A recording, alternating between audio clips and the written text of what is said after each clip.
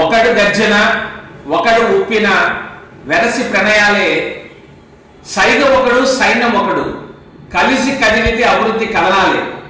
నారా చంద్రబాబు నాయుడు గారు, నారా లోకేష్ గారు కలిసి కదిలినదే చారిత్రాత్మకమైన ప్రపంచ దిగ్గజ సంస్థ గూగుల్ తన డేటా సెంటర్ను విశాఖపట్నం నగరంలో దాదాపు 1,30,000 కోట్ల రూపాయలతో గతంలో భారతదేశంలో ఏ విదేశీ ప్రత్యక్ష పెట్టుబడి పెట్టనంత స్థాయిలో నెలకొల్పబోతుంది.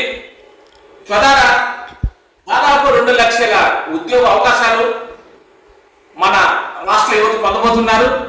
అలాగే రాష్ట్ర వార్షిక ఆదాయం దాదాపు 1000 కోట్లు ఈ గూగుల్ డేటా సెంటర్ ద్వారా సమకూరబోతుంది. ముఖ్యంగా ఈ గూగుల్ డేటా సెంటర్ వలన విశాఖ మహానగరం ఆర్టిఫిషియల్ ఇంటెలిజెన్స్ నగరంగా రూపుదిద్దుకోబోతుంది. అలాగే గ్లోబల్ కనెక్టివిటీ, ఈ డేటా సెంటర్ వలన వివిధ దేశాలతో గ్లోబల్ కనెక్టివిటీ కూడా మన విశాఖ నగరానికి ఏర్పడిపోతుంది. భారతదేశంలోని రాష్ట్రాలన్నీ కూడా చంద్రబాబు నాయుడు యొక్క సమర్థత నాయకత్వం వైపు ఆసక్తిగా గమనిస్తున్నాయి.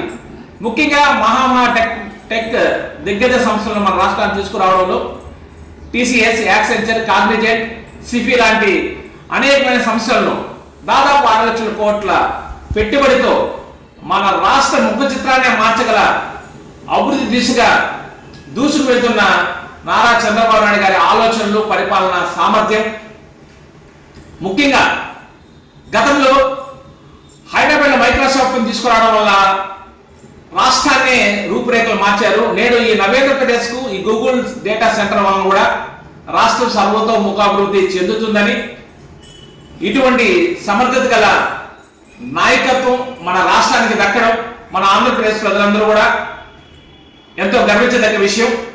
ముఖ్యంగా ఇటువంటి గూగుల్ సెంటర్లు ఒక ఆంధ్రప్రదేశ్ రాష్ట్ర అభివృద్ధికే కాదు, భారతదేశ డిజిటల్ ఆర్థిక వ్యవస్థ కూడా పునాది లాంటిది. ముఖ్యంగా విశాఖ నగరం ఆర్టిఫిషియల్ ఇంటెలిజెన్స్ రాజధానిగా వెలుగొందబోతుంది.